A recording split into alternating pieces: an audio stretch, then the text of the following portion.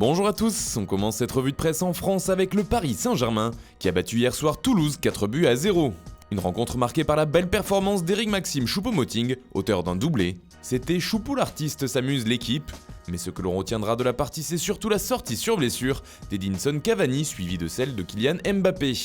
Un gros coup dur pour le PSG qui se retrouve donc avec seulement Choupo-Moting comme vrai numéro 9. En Espagne, l'Atlético de Madrid a gagné ce dimanche mais sans briller comme le rapporte Marca. Une victoire 1-0 dans la douleur grâce à un but de Vitolo à la 71e minute sur une passe du jeune portugais João Félix.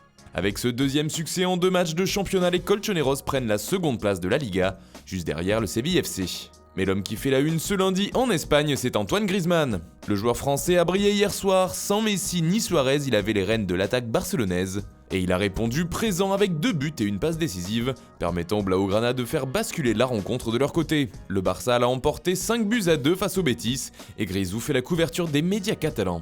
Mundo Deportivo parle de Festival Griezmann, les Sportiu fait même une ovation à Griezmann. Le journal Sport aussi fait sa une sur lui, mais titre plutôt sur l'ensemble de l'équipe. Il décolle, écrit le quotidien ibérique. Il faut dire que les Blaugrana avaient bien besoin de cette victoire après la défaite 1-0 contre Bilbao la semaine dernière. On reste en Espagne avec le Real Madrid qui fait la une de As. Ce week-end, les Merengues n'ont pu faire mieux qu'un match nul 1-1 face à Valladolid. Hier déjà, la presse espagnole n'y allait pas de main morte pour critiquer la performance des hommes de Zinedine Zidane. Mais ce lundi, l'heure est au bilan et à la réflexion. Selon le journal espagnol, il stagne. As livre d'ailleurs une statistique intéressante sur le Real de samedi dernier. 10 des 11 titulaires sont des joueurs de l'ère Ancelotti. Et ces anciens sont en manque de réussite, puisqu'ils n'ont marqué qu'un but sur 22 tirs. Le Real Madrid verrait donc l'arrivée de Neymar comme un coup de fouet nécessaire, explique As. Encore en Espagne, le mercato touche à sa fin et on s'inquiète du côté de Valence. C'est ce qu'explique Super Déporté ce lundi.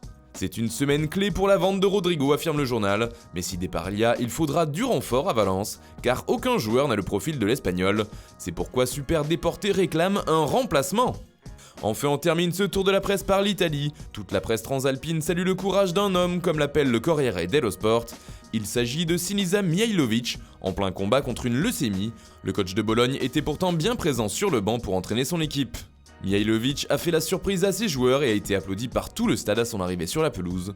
Levez-vous pour Sinisa, demande la Gazzetta dello Sport. Et pour Quotidiano Sportivo, c'est tous pour un. Voilà, c'est tout pour ce matin, bonne journée à tous, on se retrouve très vite pour une nouvelle vidéo sur Foot Mercato.